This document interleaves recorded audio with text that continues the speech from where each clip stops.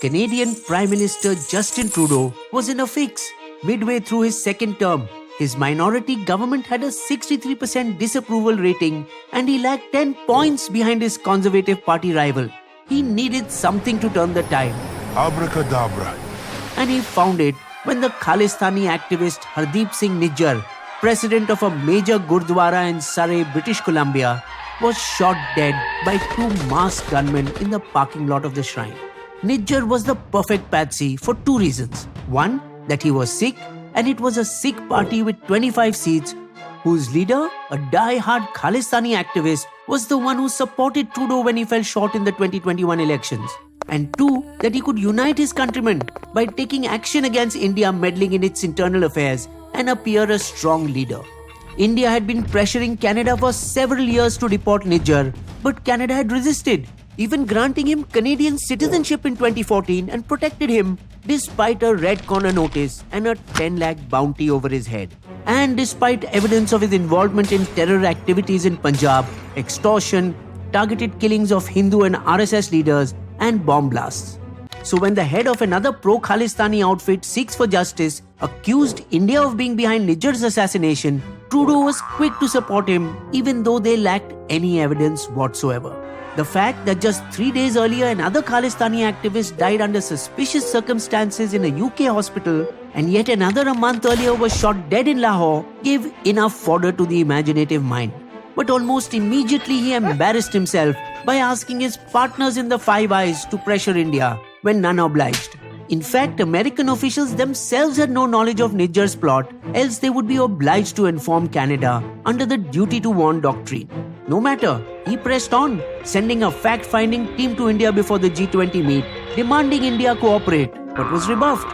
Then just days before the G20, Trudeau suspended trade talks with India, then sought to drive it in when he visited New Delhi for the G20 summit and bring up the topic personally with Prime Minister Modi.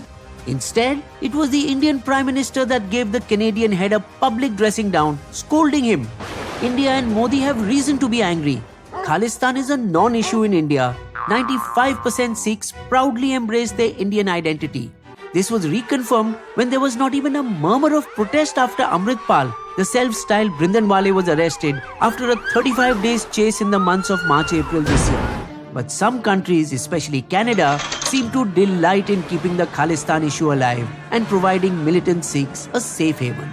Canada even facilitated military-type training camps where Khalistanis were taught how to handle AK-47s, sniper rifles and pistols.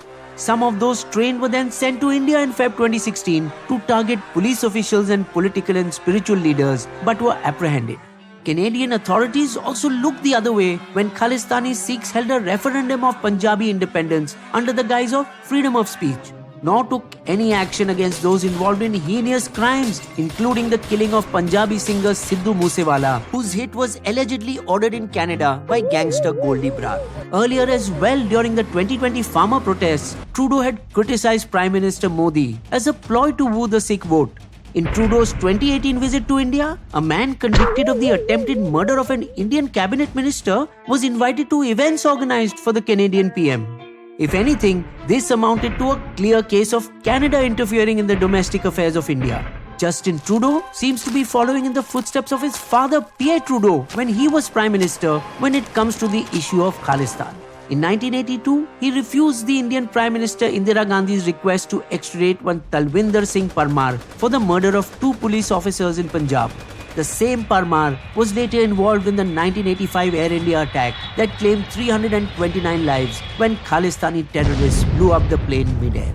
It is no wonder that no Prime Minister since Indira Gandhi in 1973 has visited Canada except for Manmohan Singh's 2010 G20 visit. Despite this history, Trudeau took it personally when Prime Minister Modi refused him a bilateral meeting and met him briefly only in a pull-aside chat while his Five Eye allies only paid lip service. Thereafter, Trudeau immediately began throwing tantrums, refusing to shake Prime Minister Modi's extended hand during a wreath-laying ceremony at Mahatma Gandhi's Samadhi, cremation site. Allegedly, Trudeau, over the objections of his security, took out his anger by changing his secure presidential suite installed with bulletproof glass for a normal room. then skipped the president's reception dinner and avoided being present at the announcement of the India-Middle East-European Economic Corridor. But karma stepped in when a maintenance issue in his plane left him stranded in his New Delhi hotel room for another 36 hours, where he preferred to waste his time rather than take up India's offer of a substitute plane. Returning home angry, Trudeau told members in Canada's House of Commons, equivalent to our Lok Sabha, credible allegations of a potential link between agents of the government of India and the killing of a Canadian citizen, Hardeep Singh Nijjar. India responded using harsh words normally reserved for countries like Pakistan and Afghanistan by labeling Canada a safe haven for terrorists, extremists and organized crime. Canada then expelled India's Ottawa Raw Station Chief Pawan Kumar Rai, and India retaliated by expelling the Canadian Intelligence Agency Station Chief and halted visas for Canadian citizens after Canadian Sikhs threatened Indian Hindus in Canada, asking them to go home. Trade relations were downsized and music concerts cancelled. India refused to back down and initiated tit-for-tat moves, forcing Canada to reduce the number of its diplomats from 62 to 21. All over a non-issue because Canadian police have neither identified the shooters nor those who had paid them, and no charges have been filed. And while it makes Indians proud that they are accused of having capabilities of chasing their enemies to the far corners of the globe, the truth may lie in inter-Sikh rivalry in Canada's own British Columbia, a rivalry India could have used to its benefit. Last July, another accused in the 1985 Air India bombings, one Ripudaman Singh Malik, was shot dead in the hotbed for Khalistanis, Surrey's British Columbia. Malik was at odds with his one-time pal Nijjar, especially after he had written a letter praising Prime Minister Modi in Jan 2022. The grapevine suggests that Nijjar eliminated Malik last year, and now Malik's camp took their revenge by eliminating Nijjar.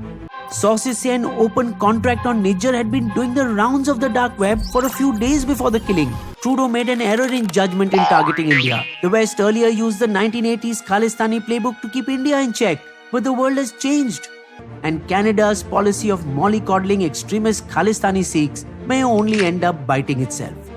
Bizbo's limerick. Interference there was of another kind. Other people's business they wanted to mind. Stay out of my zone and leave me alone. A mountain of a molehill is all we find. You will also find these sources listed in our video description section.